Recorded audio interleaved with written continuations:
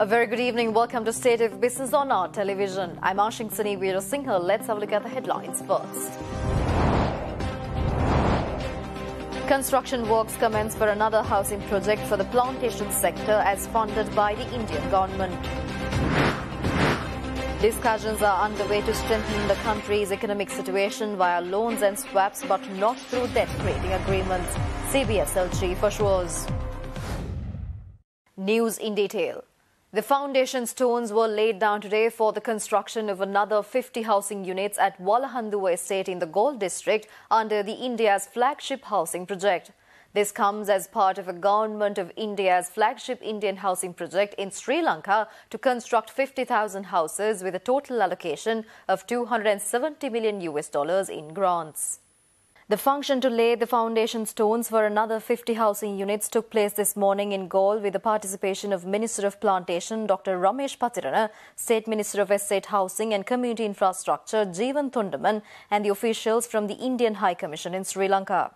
Indian High Commissioner Gopal Bagle, addressing the gathering through a special video, said that India will continue to support Sri Lanka during the current challenging times within the limits of its capacity. He said that India is committed to assist Sri Lanka in its overall socio-economic development, focusing on the priorities areas of the Government of Sri Lanka, which are water and sanitisation, skill development, IT and agriculture. High Commissioner said that the new phase of housing project for construction of 10,000 houses for plantation area promised by Indian Prime Minister Sri Narendra Modi would begin in 2021. This project will start soon on new modalities of cooperation in line with the vision of late Minister Arumugam Thundaman. The Indian housing project in Wallahanduwa Estate Galle is part of Government of India's flagship Indian housing project in Sri Lanka to construct 50,000 houses with a total allocation of $270 million in grants, out of which 4,000 houses are being constructed in the plantation regions of central, Uva, Sabaragamuwa and southern provinces of Sri Lanka. These 50 new two-bedroom houses would be constructed for the plantation community in an owner-driven model. The project is in continuation of Government of India's Peoples-Oriented Development Cooperation Partnership with Government of Sri Lanka. India's overall commitment of development assistance to Sri Lanka stands at a total of around $3.5 billion, and among these, $560 million is under grants. Governor of the Central Bank of Sri Lanka, Professor W.D. Lakshman, says that the central bank has already taken policy measures to discourage the debt-related inflows or the debt-creating foreign investments into the country. Governor Professor Lakshman made this revelation last Friday addressing the media personnel at the CBSL premises. Official reserves remain at $4.8 billion at the end of January 2021. Debt servicing, of course, is the key priority. We'll maintain Sri Lanka's unblemished record. We will be continuing to maintain our unblemished record in debt repayment. Foreign investments, particularly direct investments, are likely to grow as a result of some opportunities available within the domestic economy, the port city infrastructure investments, and also various manufacturing investments that are opening up. Recently opened up rubber factory is one example, tire factory. There is a deliberate policy of reducing debt-related inflows or debt-creating investments. Whenever there is excess foreign exchange liquidity in the market, there is a policy the central bank purposely follows in purchasing that foreign exchange liquidity to add into the CBSL reserves. Central Bank Governor Professor W.D. Lakshman also says that the central bank is currently engaging in discussions with the overseas central banks, financial agencies to raise some of the required foreign exchange through swaps and loans. However, the governor also added that the International Monetary Fund is not yet included in the list for discussions. There are a number of negotiations going on, the details of which I am not going to come out, with overseas agencies to raise some of the required foreign exchange inflows through swaps and loans and that sort of mechanisms. Negotiations with overseas central banks, overseas banks and other agencies. multilateral agencies included, though IMF is not there in that list yet. This is a period in which something different is being adopted in order to change the way this country has moved over the last 40 years or so. A different approach, market-oriented but guided by the state. Stay tuned for more news after this short break.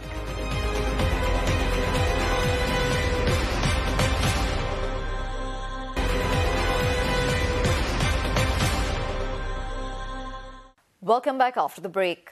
The 10th in the series of discussion with the village program, which President Gotabaya Rajapaksa goes to the village and look for their urgent issues to be attended by the government, took place this weekend also as usual.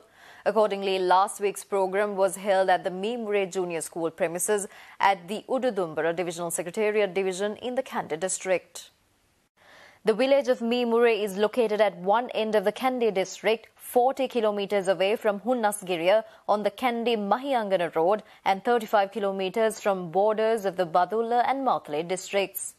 The village of Meemure is also considered to be the heart of the Knuckles Natural Reserve, a World Heritage Site at Karumbakatiya, Kumbukulla, Pussalla, Kaikavala and Meemure Grama-Niladhari divisions belong to the Ududumbara Divisional Secretariat.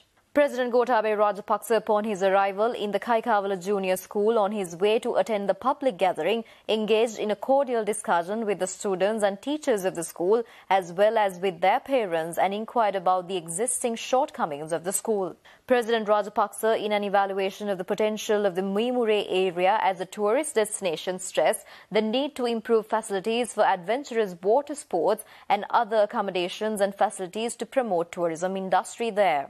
The President drew the attention of the officials to take necessary measures to identify the places and activities of tourist attraction, including hiking and educating and training the local people to enter tourism and providing ATM facilities by a state bank to the village of Meemure.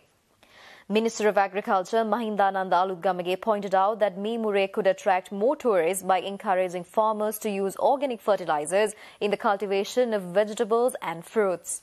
President Rajapaksa also opened the smart classroom equipped with computers and latest technology, enabling the students to transact with the outer world. The President also participated in the inaugural tour of the newly added bus by the Sri Lanka Transport Board to ply on the Ududumbara road in Meemure. Responding to the complaints regarding poor road infrastructure facilities, the President instructed the Secretary to the Ministry to repair the two bridges on the Meemure-Hunnasgiriya road and complete the development of the road as soon as possible. The new fish manufacturing facility of Ceylon Catch Private Limited was declared open by Prime Minister Mahinda Rajapaksa at Dankotuwa in Puttalam recently. Lanka Seafoods, one of the major fish exporters in the country, assured creating over 600 employment opportunities. Lanka Seafoods commenced operations in June of 2016 and has expanded its businesses around the world. The company is one of Sri Lanka's leading exporters of seafood to the United States, Japan, Canada, China, Thailand and Taiwan. Their tuna is line-caught, traceable to the point of catch and certified by Friend of the Sea. Their flash frozen seafood is HACCP certified and FDA approved. Ceylon Catch Private Limited has an annual export revenue of $12 million at present, and with the opening of the new plant, it has planned to raise it up to the limit of $15 million annually. The officials also added that they also have plans to increase the export target for the next 3 by 3-fold. Meanwhile, the Prime Minister also opened the Lanka Seafoods factory in Arachikattuwa, Puttalam on the same day. The Prime Minister inspected the high-quality fish processing being carried out in the new factory targeting foreign markets. In the future, Lanka Seafoods products with export standards will be available for purchase through a network of outlets throughout the country for local consumers. Ministers of State Sanat Nishantha and Lohan Ratwatha, MPs Chintaka Mayadunna and Ashoka Priyantha also participated at the event. Air Arabia, the Middle East and North Africa's first and largest low-cost carrier, has announced the resumption of regular flights between Sharjah and Colombo starting from 2 weeks' time. Recently, UAE's Air Arabia was ranked in the top 10 safest low-cost airlines in 2021 by airlineratings.com. Low-cost airline Air Arabia will operate 2 flights a week from Sharjah to Colombo on Tuesdays and Fridays via an Airbus A320. Flights will depart Colombo at 4:55 a.m. and touch down in the UAE at 8 a.m.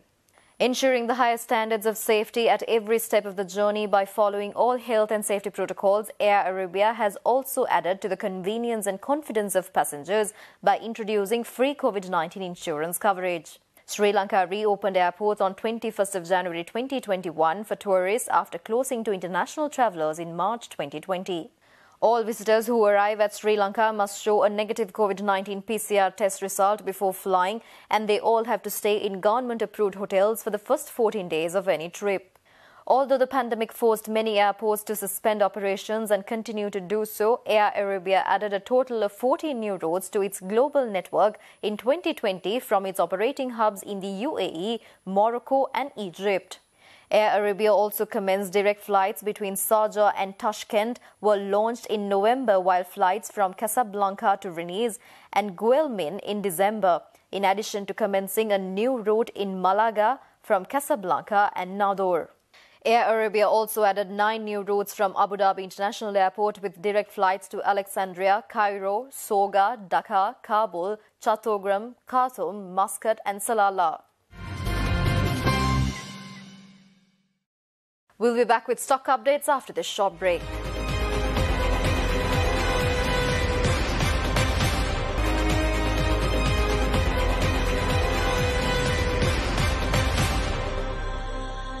Welcome back after the break. Trading at Colombo Stock Exchange ended on a negative note today. The all-share price index dropped minus 77.73 points to close at 7,907.27, and the S&P SL 20 dropped minus 16.65 points to close at 3,163.59. The turnover was 6 billion rupees and over 134 million shares were traded. Up next are forex rates.